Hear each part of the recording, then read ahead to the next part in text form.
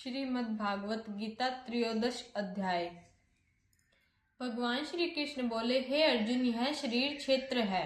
जिस प्रकार खेत क्षेत्र में बोए हुए बीजों का उनके अनुरूप ही समय पर फल प्रकट होता है, उसी प्रकार शरीर में बोए हुए कर्मों और संस्कारों का रूपी बीजों का समय आने का फल प्रकट होता है।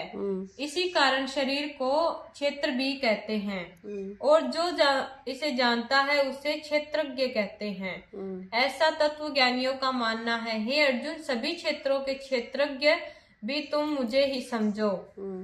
क्षेत्रज्ञ अर्थात विकास रहित प्रकृति और पुरुष का तत्व से जानना ही ज्ञान है, ऐसा ही मेरा विचार है। हे अर्जुन, क्षेत्र जिस प्रकार का है और जिन विकारों से संयुक्त है तथा क्षेत्रज्ञ का क्या प्रभाव है, वह सब मैं तुम्हें संक्षेप में बताता हूँ। क्षेत्र तथा क्षेत्रज्ञ का तत्व ऋषियों द्वारा अनेक प्रकार से व्याख्यायित किया गया है तथा अनेक वेत्र मंत्रों द्वारा विभाग पूर्वक कहा गया है।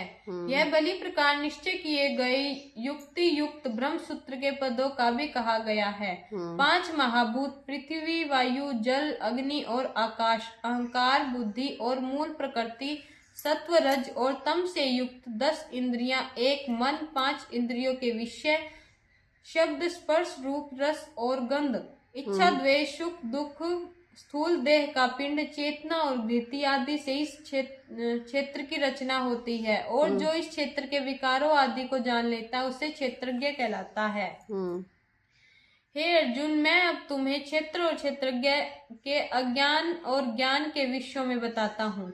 श्रेष्ठता और दंभाचरण का अभाव, किसी प्राणी को किसी भी प्रकार न सताना, क्षमा भाव, मन वचन की सरलता, श्रद्धा भक्ति सहित गुरु की सेवा, अंतःकरण की शुचिता और स्थिरता, मन इंद्रियों सहित शरीर का निग्रह, लोक परलोक के सभी भोगों में आसक्ति का अभाव, जन्म मृत्यु जरा और रोग आदि में दुख दोषों पर बार बार विचार करना, इस प्रकार की स्थिति में समभाव, मुझ परमेश्वर में अनन्य भक्ति योग के द्वारा चिंतन मनन, अध्यात्म ज्ञान में नित्य स्थिति और तत्व ज्ञान के अर्थ रूपी परमात्मा को ही देखना आदि सब ज्ञान है। और जो इसके विपरीत है वही अज्ञान है। हे अर्जुन, जो जानने योग्य है और जिसे जानकर प्राणी परमानंद को प्राप्त करता है, मैं उसके बारे में तुम्हें भली प्रकार से बताऊंगा। वह अनादि पार ब्रह्म न तो सतत ही कहा जाता है और न असतत। वह सब ओर से हाथ, पैर, नेत्र, सिर, मुख और कान वाला है। वह पूरी सृष्टि में व्याप्त होकर स्थित है।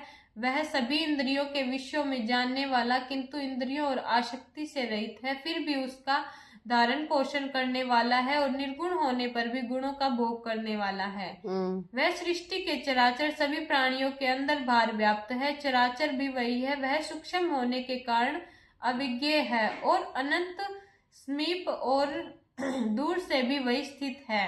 वह परमात्मा अभिव्यक्त रूप से आकाश के सदृश पूर्ण होने पर भी चराचर सृष्टि के प्राणियों में विभक्त सा प्रतीत होता है। वह जानने योग्य परमात्मा विष्णु रूप से सभी प्राणियों का धारण पोषण करने वाला, रुद्र संहार करने वाला तथा ब्रह्म रूप से सृष्टि का सृजन करने वाला है। वह पर ब्रह्म महाज्योति और माया से अत्यंत परे है। वह परमात्मा ज्ञान स्वरूप होने के कारण जानने योग्य एवं तत्व ज्ञान से प्राप्त योग्य है। वह सबके हृदय में विशेष रूप से स्थित है। इस प्रकार क्षेत्र ज्ञान और परमात्मा के स्वरूप को संक्षेप में कहा गया है। मेरा प्रिय भक्त इसी तत्व से जानकर मेरे स्वरूप को प्राप्त होता है। हे अर्जुन, प्रकृति और परम पुरुष को तुम अनादि जागो। राग द्वेष आदि विकारों और त्रिगुणात्मा संपूर्ण पदार्थों को भी प्रकृति से ही उत्पन्न जानो। कार्य आकाश, वायु, अग्नि, जल, पृथ्वी, स्पर्श, शब्द, रूप, रस और गंध का नाम ही कार्य है। और कारण बुद्धि, अहंकार, मन, श्रोत और त्वचा, रसना, नेत्र, घ्राण और वाक, हस्त, पाद, उपस्थ, गुद्दा आदि कर्ण है को उत्पन्न करने में हेतु प्रकृति ही कही गई है और जीवात्मा सुख दुख भोगने हेतु कहा जाता है। प्रकृति में स्थित पुरुष प्रकृति से उत्पन्न त्रिगुणात्मक पदार्थों का उपभोग करता है। इन गुणों का संग ही जीवात्मा के लिए अच्छी और बुरी योनियों में जन्म लेने का कारण बनता है। देह में स्थित आत्मा वास्तव में परमात्मा ही है। वही साक्षी होने के कारण उपदृष्टा और यथार्थ समस्ती संपत्ति देने वाले होने के कारण अनुमंता सबका धारण पोषण करने वाला होने के कारण भर्ता जीव रूपी भोक्ता और ब्रह्म आदि का भी स्वामी होने के कारण महेश्वर तथा शुद्ध सच्चिदानंद होने से परमात्मा कहा गया है।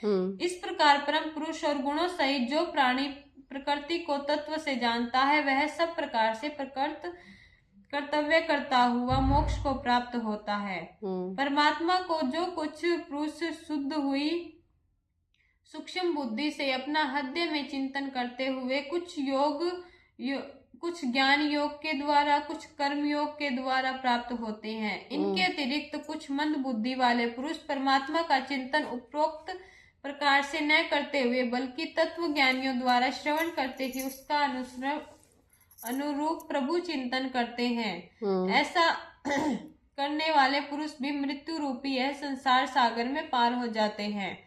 हे अर्जुन, इस सृष्टि में स्वापर जंगम जितने भी प्राणी उत्पन्न होते हैं उन सबको इस क्षेत्र में क्षेत्र और क्षेत्रज्ञ ही जानो। जो पुरुष नष्ट होते हुए सभी चराचर प्राणियों में परमेश्वर को अविनाशी तथा समभाव से देखते हैं वही यथार्थ देखता है। इस प्रकार का पुरुष वास्तव में परम गति को प्राप्त करता है। जो पुरुष संपूर्ण कर्मों का सब प्रकार से प्रकृति के द्वारा परिपूर्ण होते हुए देखता है वह आत्मा को आकर्ता के रूप में देखता है। वास्तव में वह यथार्थ देखता है। जिस क्षण यह पुरुष प्राणियों के विभिन्न भाव को एक परमात्मा में ही स्थित देखता है तथा उस परमात्मा में ही संपूर्ण सृष्टि के प्राणियों का विस्तार देखता है, उसी क्षण वह सच्चिदानंद ब्रह्म को प्राप्त कर लेता है। हे अर्जुन, अनादि निर्गुण और अविनाशी परमात्मा शरीर में स्थित होने पर भी वास्तव में न तो कोई कुछ करता है और न लिप्त होता है। जिस प्रकार सूक्ष्म आकाश सर्वत्र व्याप्त होने के कारण लिप्त नहीं होता, उसी प्रकार शरीर में सर्वत्र स्थित आत्मा निर्गुण होने के कारण शरीर के गुणों में लिप्त नहीं होती। हे अर्जुन, एक ही सूर्य जिस प्रकार पूरे ब्रह्मांड को प्रकाशित करता है, ठीक उसी प्रकार एक ही आत्मा संपूर्ण क्षेत्र को प्रकाशित करती है।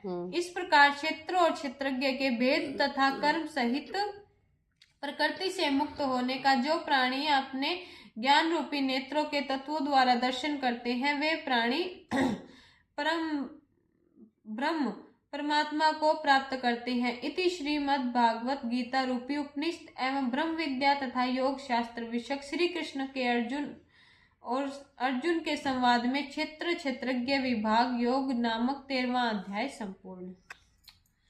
त्रयोदश अध्याय का मातम्य। हे पार्वती, भगवान श्री पार्वती से बोले, अब तुम्हें 13वें अध्याय के मातम को सुनो। इसे सुनकर तुम्हें अत्यंत प्रसन्नता का अनुभव होगा। प्राचीन काल में दक्षिण दिशा में तुंगभद्रा नदी के किनारे हरिहर नामक एक अत्यंत रमणीय नगर बसा था। उस नगर में हरि दीक्षित नामक क्षेत्रीय ब्राह्मण निवास करते थे।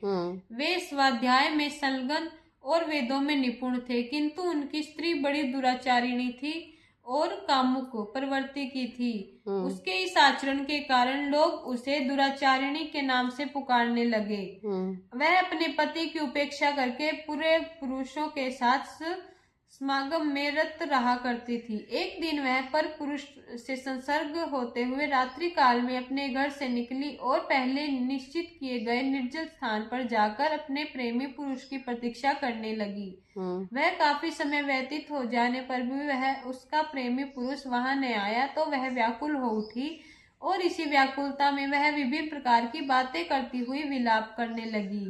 उसका विलाप सुनकर वह निर्जन वन में सोया पड़ा बाघ जागकर तेजी से उस स्थान पर जा पहुंचा जहां पर वह स्त्री बैठी हुई विलाप कर रही थी। आहट सुनकर उस स्त्री ने सोचा कि शायद उसका प्रेमी आ गया है। यह सोचकर वह ओट से बाहर आ गई। बाहर आते ही बाघ ने उछलकर उसे दबोच लिया। वह स्त्री बाघ के पंजों में फंसी हुई कहने लगी, हे बाघ, मेरा तुम्हारे साथ कैसा वैर है? तुम मेरे प्राण लेना चाहते हो। दुष्ट वह बाघ बोला, मेरा तुम्हारा वैसे तो कोई वैर नहीं, किंतु पिछले जन्म के दुष्कृत्यों के कारण मैं तुम्हें दुष्ट स्त्रियों और पुरुष का वध करके उनका भक्षण करता हूँ। पिछले जन्म में कैसे दुष्कृत्य है? पूर्व जन्म में मैं ब्राह्मण कुल में उत्पन्न, वेद शास्त्र और धर्म कार्यों में गहन रुचि रखने वाला था, किंतु प्रत्येक धर्म कार्य के बदले लोगों ने खूब धन ऐंठता था। असहायों और निर्बलों को सताकर उनका धन धर्म संबंधी कार्यों में लगाने का बहाना बनाकर हड़प लेता था। सब समय के साथ मेरा शरीर क्षीण काय हो गया, तो एक दिन एक पागल कुत्ते के काटने से मेरी मृत्यु हो गई। इसके बाद मुझे बाघ की योनि प्राप्त हुई। इस योनि में मैं दुष्ट स्त्री पुरुषों का वध करके उनका ही भक्षण करता हूँ। अब मैं तुम्हारा भी भक्षण करूंगा। यह कहकर बाघ ने उस स्त्री को नोच नोच कर खा लिया। मरने के बाद वह दुष्ट स्त्री जब यमलोक पहुंची तो यमदूतों ने उसे अनेक प्रकार के नरकों में दंड दिया। इसके बाद उसे एक चंडालिनी की योनि प्राप्त हुई। पूर्व जन्म में दुष्कृत्यों के कारण वह जन्म में भी इसे कुष्ठ रोग तथा राजक्षमा जैसे भीषण रोग हो गए। एक दिन अपने रोगों और कष्टों को पीड़ित होकर वह एक मंदिर में पहुंची। इस मंदिर का पुजारी नित्य ही श्री गीता जी के 13वें अध्याय का पाठ किया करता था। वह दुष्टा भी उस गीता के 13वें अध्याय का नित्य पाठ सुनने लगी। एक दिन जब वह दुष्टा गीता के 13वें अध्याय का श्रवण कर रही थी तो उसकी मृत्यु हो गई। गीता के 13वें अध्याय का पाठ श्रवण करने के कारण उसकी मुक्ति हुई और वह दिव्य विमान बैठकर विष्णु लोक की ओर प्रस्थान कर गई।